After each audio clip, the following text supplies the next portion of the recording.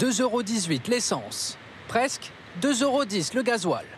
À la pompe, les automobilistes ont tous la même réaction. On se demande jusqu'à où on va aller. Voilà. Quand est-ce que ça va s'arrêter? On n'arrive pas à s'en sortir. Voilà.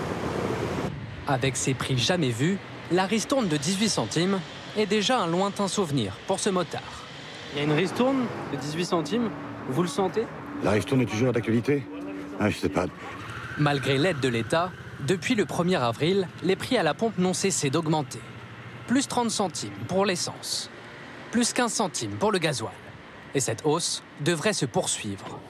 Actuellement, un plein de 50 litres d'essence vous coûte en moyenne 103 €.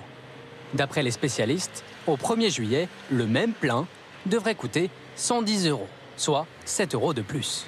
Certains Français changent déjà leur plan pour les vacances. On avait prévu d'aller à La Rochelle. Donc là, on va explorer quelque chose d'un peu plus proche, en fait, l'Île-de-France.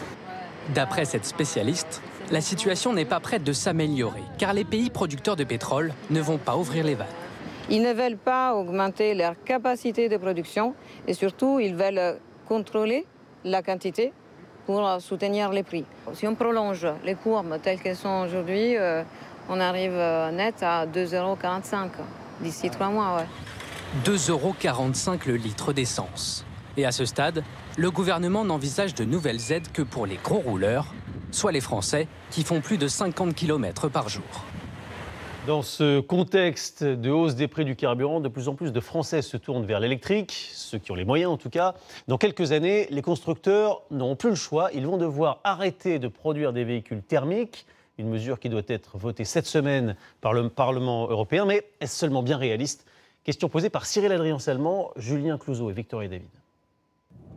Elle ne représente aujourd'hui que 2% des voitures en circulation. Et pourtant, dès 2035, les voitures électriques devront représenter 100% de l'offre sur le marché du neuf chez votre concessionnaire.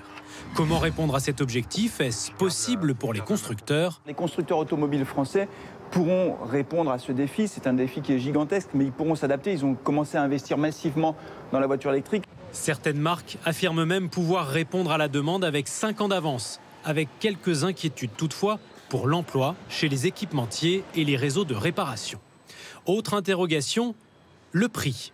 C'est aujourd'hui le frein principal à l'achat pour les automobilistes que nous avons rencontrés dans cette concession.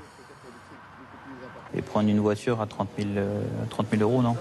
Ce serait plus dans les 20 000, pas plus. C'est cher. Malgré les aides qu'on peut avoir de l'État, aujourd'hui, ça reste des véhicules excessivement chers. Si sur le papier, vendre plus de voitures doit faire baisser les prix, la flambée des cours de certaines matières premières comme le lithium, indispensable pour les batteries, inquiète les professionnels.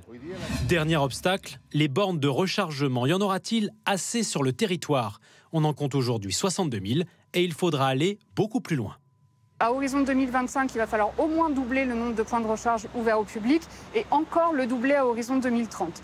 Et c'est sans compter la partie privée, c'est-à-dire équiper les copropriétés, équiper les entreprises. Il faudra aussi améliorer l'autonomie des véhicules. Dernière précision, après 2035, vous pourrez toujours rouler avec votre actuelle voiture thermique si elle fonctionne ou en acheter une d'occasion.